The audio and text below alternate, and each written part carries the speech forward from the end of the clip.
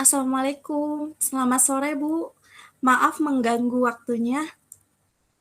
Waalaikumsalam, sorry juga Bu. Enggak kok Bu, enggak ganggu. Terima kasih ya Bu sudah meluangkan waktu. Ya Bu, sama-sama. Kira-kira apa ya Bu yang mau dibicarakan? Ada yang bisa saya bantu Bu? Jadi begini Bu, sebenarnya saya ingin cerita tentang masalah tugas tambahan saya Bu. Apakah Ibu bisa membantu saya? Dengan senang hati Bu Yelpi. Kalau ada yang bisa saya bantu, pasti saya bantu. Nah, kira-kira apa yang ingin Ibu dapat dari hasil percakapan ini? Saya ingin mendapat solusi dari masalah tugas tambahan saya Bu. Oh iya Bu, kira-kira apa masalahnya ya Bu? Boleh ceritakan Bu? Jadi gini Bu, saya kan sering menghadapi siswa-siswa yang bermasalah. Nah, di sekolah saya kan ada peraturan sekolah dan ada keyakinan sekolah. Terkait peraturan-peraturan di sekolah, jika ada siswa yang melanggar peraturan sekolah, maka akan dikenakan poin. Misalnya pelanggaran yang ini poinnya berapa, kemudian pelanggaran yang lain poinnya berapa. Jadi poin-poin pelanggarannya itu didapat tergantung jenis pelanggarannya, Bu. Nah, saya bingung sekali ketika ada murid yang sudah melanggar sampai 2 kali, bahkan ada yang 3 kali, Bu, dan sekolah sudah memberikan treatment. Tetapi kemudian pelanggaran tersebut diulangi lagi. Padahal kita memberikan treatment dan memberikan konsekuensi, Bu, sehingga siswa tersebut poin pelanggarannya tuh sudah sangat maksimal dan termasuk kategori yang harus dikeluarkan.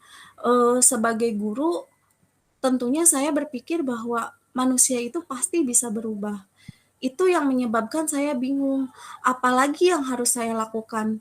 Apakah saya harus mengeluarkan anak tersebut sesuai dengan aturan, atau saya memberikan treatment yang lain yang membuat efek jera gitu, Bu.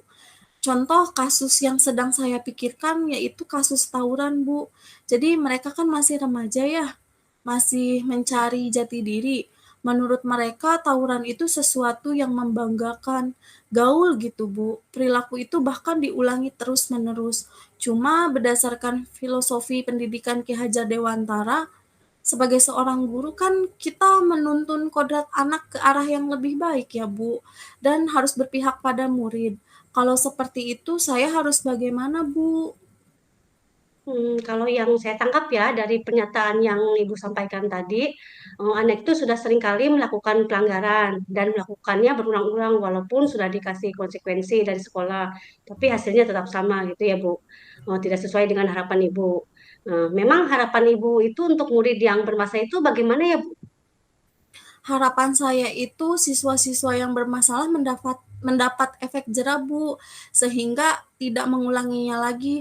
Bahkan dalam satu semester itu ada anak yang melakukan pelanggaran 2 kali. Jadi kalau dihitung-hitung ya Bu, dalam 1 tahun itu sudah melakukan pelanggaran sebanyak 3 kali. Nah, makanya sekarang saya bingung Bu, memberikan keputusan untuk anak yang melakukan pelanggaran sudah 3 kali. Jadi apa yang harus saya, apakah saya perlu mengeluarkan anak tersebut? Apakah saya kembali lagi pada prinsip Ki Hajar Dewantara yang menuntun murid dan berpihak pada murid? Tapi saya ingin sekali murid yang sering melakukan pelanggaran itu menghentikan perilakunya yang salah, Bu, sehingga nanti murid tersebut menaati aturan dan keyakinan sekolah. Berarti Ibu ingin murid Ibu menaati peraturan sekolah dan meyakini keyakinan yang telah mereka sepakati sebelumnya ya Bu. Terkait filosofi pendidikan Ki Hajar Dewantara yang Ibu bilang tadi, adakah solusi atau tindakan yang akan Ibu lakukan selain untuk memberikan konsekuensi itu, Bu? Karena kan sudah pemberian konsekuensinya sudah maksimal gitu ya, Bu. Sedangkan sebagai seorang guru tentunya yang berpihak pada murid ya, Bu, ada yang harus kita lakukan gitu, Bu, untuk mencari penyebabnya. Kira-kira faktor apa saja ya, Bu, yang menyebabkan pelanggaran itu diulangi terus oleh murid gitu, Bu?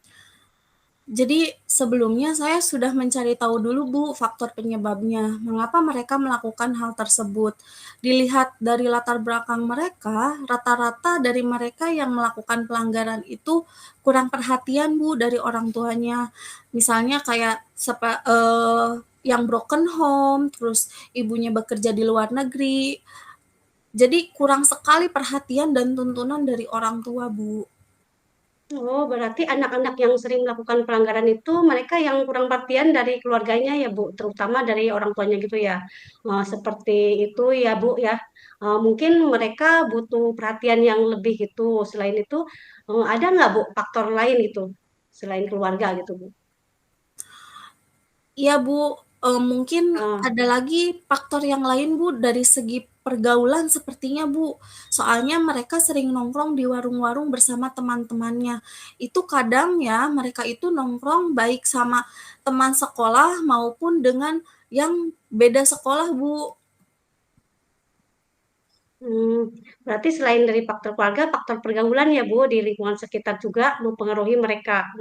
Nah, Ibu, kira-kira ada nggak, Bu, langkah-langkah yang perlu dilakukan menurut Ibu supaya membuka pikiran dan menyadarkan mereka gitu, Bu? Kalau langkah-langkah yang menurut saya menyadarkan mereka mungkin Bu, yang pertama saya berusaha menjadi teman dulu ya Bu, supaya mereka itu terbuka. Mengapa mereka bisa melakukan itu dan mencari tahu permasalahan di keluarganya seperti apa. Di sini saya memposisikan diri sebagai teman, juga sebagai manajer, kalau di dalam posisi segitiga restitusi Bu. Dengan cara seperti itu, ternyata mereka bersikap terbuka, Bu. Bahkan mereka mau menceritakan tentang keluarganya seperti apa dan alasan mereka melakukan hal itu. Nah, yang saya bingungkan adalah walaupun sudah diperlakukan seperti itu, walaupun saya memposisikan diri sudah sebagai teman dan manajer, mereka tetap mengulangi pelanggaran tersebut. Padahal mereka sudah bersikap terbuka, Bu. Sudah membuat perjanjian, kemudian sudah dilakukan segitiga restitusi, dan bahkan mereka juga sudah berkomitmen dengan membuat keyakinan bersama. Terus Bu, adakah rencana lain Bu terkait pergaulan mereka di lingkungan sekitar? Sekitar sekolah gitu Bu lingkungannya, atau mungkin ya Bu bukan temannya di satu sekolah saja, kita kan hanya memiliki wewenang dalam sekolah ya, kita tidak tahu mereka gaulnya dengan siswa mana saja, dengan sekolah di mana saja gitu siswanya. Kira-kira ada tidak Bu langkah atau rencana supaya membuat mereka itu memiliki komitmen di sekolah itu seperti ini, di rumah itu seperti ini, karena kita tidak bisa menjangkau di luar sekolah gitu kan ya Bu. Iya, Kira-kira apa ya Bu. Bu? Mungkin yang saya pikirkan adalah bekerja sama dengan orang tua, Bu, di mana orang tua tidak memberikan akses komunikasi pada anaknya untuk sementara waktu, Bu, khususnya untuk anak-anak yang bermasalah. Terus mengawasi saat berangkat sekolah, baik pulang sekolah maupun saat berada di rumah. Hal ini bertujuan untuk memutus pergaulan di lingkungan luar sekolah. Mungkin itu yang terlintas di pikiran saya saat ini, Bu. Hmm. Terus kira-kira apa rencana Ibu Bu untuk ke depannya supaya rencana yang terlintas di pikiran Ibu itu bisa dilaksanakan Bu? Saya baru kepikiran rencana baru, Bu. Ternyata tidak hanya orang tua yang membuat perjanjian secara tertulis untuk tidak diulangi lagi, tapi kita membuat komitmen bersama orang tua bahwa wajib mengawasi anaknya 24 jam, Bu, termasuk dalam penggunaan gadget agar anak tersebut tidak komunikasi dengan lingkungan yang membawa dampak negatif. Paling diberikan gadget untuk keperluan pelajaran saja.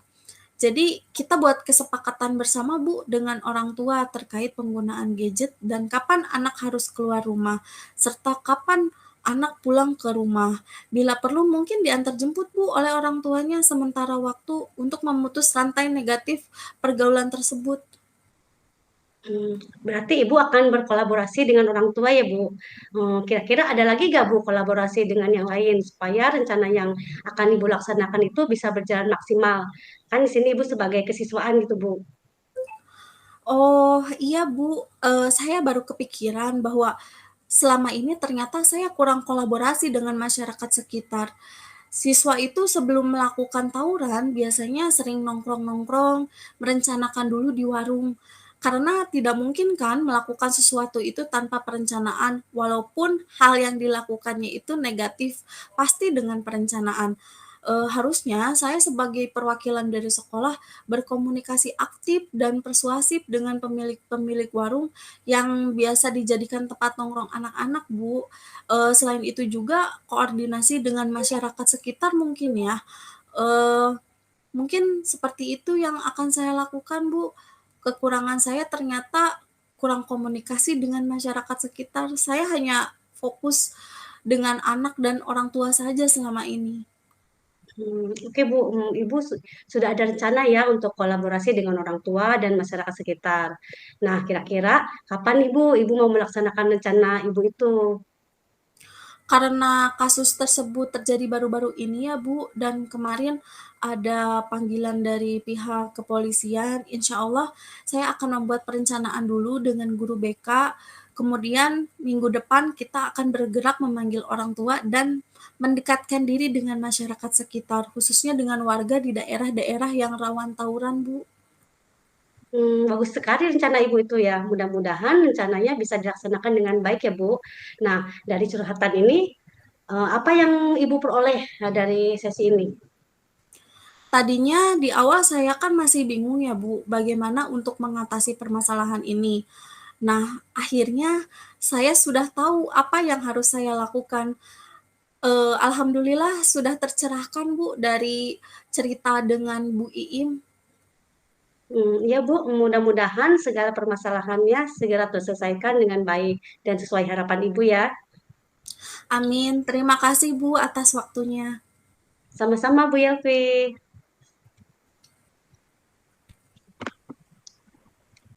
Selamat pagi Bu Yelvi. Selamat pagi juga Bu. Wah, apa kabar Bu Iim? Ada yang bisa dibantu? Jadi begini ya Bu, saya ingin cerita dengan Ibu. Ceritanya Iya, mah curhat gitu Bu. Hmm, iya. Apakah hari ini Ibu Yelvi ada waktu? Wah, tentu saja Bu. Silahkan duduk Bu. Kita ngobrol santai saja ya.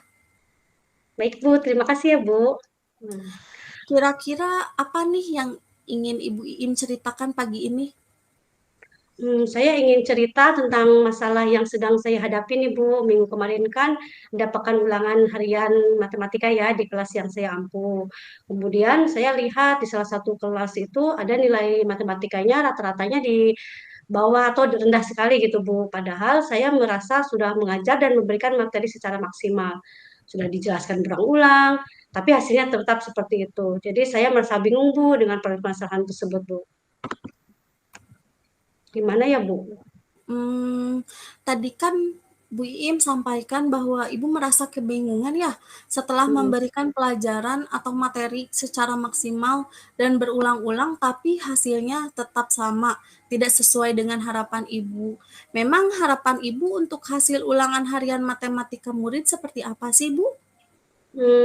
Terkait nilai ulangan harian matematika yang saya harapkan itu untuk nilai siswa itu baik di nilai pengetahuan maupun keterampilan itu terus meningkat Bu, itu harapan saya Bu, seperti itu. Berarti Ibu ingin mengalami peningkatan nilai ulangan harian ya? Apa permasalahan yang Bu Iim hadapi ini dialami di semua kelas yang Ibu ampu? Sebenarnya permasalahan nilai rendah itu ada Bu di semua kelas, tapi kebanyakan yang memperoleh nilai rendah itu ada di kelas yang tadi saya ceritakan ke Bu itu, sedangkan di kelas lain hanya beberapa orang saja yang di remedial gitu Bu. Tapi di kelas yang tadi saya ceritakan pada Ibu itu banyak sekali Bu, jadi saya berpikir mengapa bisa seperti itu. Padahal saya memberikan perlakuan yang sama untuk semua kelas, maksudnya gitu Bu. Kalau boleh saya tahu ya Bu, perlakuan seperti apa sih yang dilakukan untuk kelas yang Ibu ampu, khususnya kelas yang memiliki nilai di bawah rata-rata Bu? Saya menggunakan metode pembelajaran yang sama Bu untuk semua kelas, termasuk kelas yang banyak memperoleh nilai rendah tersebut Bu. Berarti metode pembelajaran yang digunakan sama ya Bu untuk semua kelas. Nah, selain metode yang digunakan sama, apa kemampuan awal murid sebelum diberikan materi juga sama Bu? Untuk kemampuan awal ya Bu, sebenarnya atau sebelumnya itu saya melakukan pretest Bu. Biasanya saya mengecek kemampuan dasar itu, menghitung mereka itu bagaimana sudah bisa atau belum, seperti perhitungan dalam perkalian, pembagian, itu yang matematika dasar saja Bu, seperti itu. Lalu bagaimana hasilnya, Bu? Nah, sebenarnya kemampuannya rata-rata hampir sama sih Bu untuk semua kelas seperti perkalian mereka saja belum hafal ya untuk perkalian dasar. Jadi mereka masih menghitung menggunakan tangan gitu, bantuan alat hitung lainnya atau intinya perkalian sederhana aja mereka tidak hafal gitu Bu. Sama aja untuk semua kelas. Berarti setelah Ibu melaksanakan tes kemampuan awal, hampir rata-rata murid memiliki kemampuan yang sama ya Bu untuk setiap kelasnya. Nah, selain itu, di awal Ibu sudah menceritakan bahwa perlakuan yang diberikan pun sama untuk setiap kelas. Jika melihat cara-cara yang sudah Ibu gunakan, kira-kira faktor apa sih yang menyebabkan permasalahan tersebut muncul? Kalau yang saya lihat ya Bu, kelas yang memperoleh nilai rata-rata rendah tersebut di kelasnya itu cukup riuh Bu, ramai dan anaknya juga aktif. Tapi aktifnya bukan karena belajar, mereka kebanyakannya gitu Bu, tidak bisa diamnya karena bercanda gitu, cetak-cetuk sembarangan. Sehingga ada beberapa yang di sana yang mereka udah serius belajar, jadi tidak fokus Bu.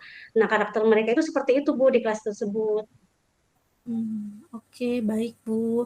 Berbicara soal karakter ya, memang karakter tersebut di kelas tersebut ya Ibu, yang Ibu sampaikan tadi dengan kelas lain seperti apa Bu? Apa mereka memiliki karakter yang sama atau berbeda? Iya Bu, karakternya itu berbeda Bu. Kelas tersebut cenderung tidak fokus ketika sedang belajar. Karena tadi seperti yang saya ceritakan bahwa kelas itu terlalu ramai, tidak bisa diam, dan ada suara-suara riuh gitu. Sedangkan kelas yang lainnya di saat belajar itu bisa tenang, hening gitu saat belajar. Sedangkan untuk yang kelas itu tadi yang saya katakan tadi cukup ramai dengan candaan seperti itu, candaan dari murid-muridnya. Sehingga murid yang fokus untuk belajar jadi terganggu karena suasana kelas yang ramai dengan cetukan dan murid yang lainnya gitu, Bu. Berarti murid yang serius belajar juga sangat terpengaruh ya Bu, dengan anak-anak yang terlalu aktif dan berisik di kelas. Jadi yang saya tangkap dari cerita Bu Iim, Ibu ingin murid di kelas semuanya fokus menyimak ketika belajar ya, supaya murid bisa fokus menyimak penjelasan Ibu pada saat Ibu mengajar. Nah, kira-kira apa saja yang perlu Ibu lakukan agar murid fokus ketika Ibu mengajar? Untuk membuat kelas tersebut fokus, biasanya saya melakukan ice breaking sih, Bu. Ice breakingnya misalkan seperti suruh tepuk fokus seperti itu. Tapi hanya berlangsung sesaat saja sih, Bu. Setelah itu kelas menjadi berisik kembali. Kemudian saya juga mengingatkan keyakinan kelas yang sudah mereka buat. Mereka langsung pada diam, tapi beberapa menit kemudian kembali berisik lagi seperti Bu. Dan itu terulang. Kalau saya dengar dari cerita Bu Iim, mereka hanya fokus sesaat saja ya? Iya, Bu. Kalau menurut pengamatan Ibu, gaya belajar mereka seperti apa sih, Bu? Sebenarnya saya belum melakukan diagnosis untuk gaya belajar ya Bu. Saya hanya melakukan tes awal untuk mengetahui kemampuan awal siswanya saja, seperti tadi yang dilakukan untuk kemampuan matematika dasarnya kayak gitu, hitungan. Jadi belum Bu ke arah untuk gaya belajarnya, saya belum melakukan. Baik. Kira-kira setelah ini bagaimana rencana Ibu untuk membuat kelas tersebut fokus sehingga memperoleh nilai ulangan harian yang meningkat dan sesuai dengan yang Ibu harapkan? Mungkin saya akan melakukan diagnosis gaya belajar mereka ya Bu. Apakah mereka yang tidak bisa diam itu memiliki gaya belajar kinestetik, audiovisual, atau mungkin keduanya audiovisual gitu Bu. Mungkin nanti saya akan merencanakannya terlebih dahulu Bu. Itu saya yang terpikirkan oleh saya itu saat ini Bu. Selain memetakan gaya belajar seperti yang Ibu Iim tadi sebutkan, kira-kira strategi apa lagi yang akan Ibu gunakan? Mungkin saya akan membedakan metode pembelajarannya mungkin ya Bu, dicoba dulu gitu. Saya akan mencari metode yang tepat itu yang diterapkan di kelas tersebut agar anak-anaknya bisa lebih fokus ketika belajar gitu. Baik. Menurut Bu Iim nih, apa tolak ukur keberhasilan Ibu setelah menerapkan gaya belajar yang berbeda dan metode pembelajaran yang berbeda untuk masing-masing Hmm, kelas? ya. Ketika murid saya mendapatkan nilai yang diharapkan, seperti ada peningkatan dari ulangan harian sebelumnya gitu Bu. Kemudian semakin sedikit juga kemudian remedial setelah ulangan harian. Nah, itu mungkin tolak ukurnya dari situ Bu. Kira-kira nih, ketika Bu Iim menerapkan semuanya, ada hambatan apa yang akan Ibu alami dalam Mungkin menerapkan strategi tersebut? Mungkin dari segi waktu ya Bu, karena untuk menerapkan rencana dan strategi tersebut, saya memerlukan waktu tambahan untuk merencanakannya dengan baik gitu, supaya bisa berjalan dengan baik gitu Bu. Untuk mengatasi hal tersebut atau hambatan tersebut, apa yang akan Ibu lakukan kira-kira? Saya harus memanfaatkan waktu seefektif dan seefisien mungkin ya Bu, sehingga perencanaan yang saya lakukan itu bisa berjalan sesuai harapan. Mungkin itu saja Bu. Kemudian kapan dan berapa lama Ibu akan menerapkan rencana dan strategi tersebut? Setelah membuat perencanaan pembelajaran, saya akan melaksanakannya mungkin minggu depan ya Bu, karena minggu ini kan sedang ada pelaksanaan ANBK ya, jadi mungkin kurang efektif gitu pembelajarannya. Jadi eh, saya akan memulainya itu minggu depan dan mungkin untuk lama lama penerapannya itu saya akan melaksanakannya sesuai dengan hasil yang diperoleh dulu Bu. Jika hasilnya menunjukkan perubahan, maka saya akan terus menggunakan rencana dan strategi tersebut, tentunya dengan perbaikan lagi. Tapi jika hasilnya tidak mengalami perubahan, maka saya akan mencari cara lain atau metode lain itu Bu dan rencana yang lain gitu. Wah, keren sekali. Menurut Ibu, siapa sih yang dapat membantu Ibu untuk melaksanakan rencana Ibu tersebut? Untuk memetakan gaya belajar, mungkin saya akan meminta bantuan guru BK ya Bu, agar lebih akurat gitu. Terus kemudian untuk metode pembelajarannya, saya akan mencari rekan sejawat saya yang lebih tahu dan paham berbagai metode pembelajaran seperti itu. Saya juga mungkin akan melibatkan wali kelas dari kelas yang tadi, karena mungkin wali kelas lebih paham dengan kondisi kelas tersebut gitu Bu. Nah, dari cerita Ibu tadi, kira-kira menurut Ibu, apa yang Ibu dapatkan dari curhatan hari ini? Setelah ada sesi percakapan dengan Ibu ya, Alhamdulillah kebingungan yang saya rasakan itu sudah terpecahkan. Sekarang saya sudah terbayang apa yang akan saya lakukan untuk mengatasi permasalahan di kelas itu, yang nilai ulangan harian matematikanya rendah. Dan kapan saya akan melakukan itu, siapa saja yang akan saya libatkan untuk membantu melaksanakan rencana aksi saya gitu, Bu. Jadi sudah ada bayangan, Bu. Ya, mudah-mudahan setelah ini Bu Iim dapat mengimplementasikan semua yang sudah kita bicarakan dan diskusikan hari ini ya Bu. Semoga lancar Bu dan mendapatkan hasil sesuai dengan apa yang Ibu inginkan. Ya, Bu. Terima kasih ya, Bu, sudah meluangkan waktu untuk mendengarkan curhatan saya, Bu. Baik, sama-sama Ibu. Saya tunggu kabar baiknya ya. Sampai bertemu di pertemuan selanjutnya. Barangkali Bu Iin ingin menceritakan kembali hasil dari apa yang sudah Ibu laksanakan dari rencana-rencana Ibu. Oke, siap, Bu. Assalamualaikum. Waalaikumsalam.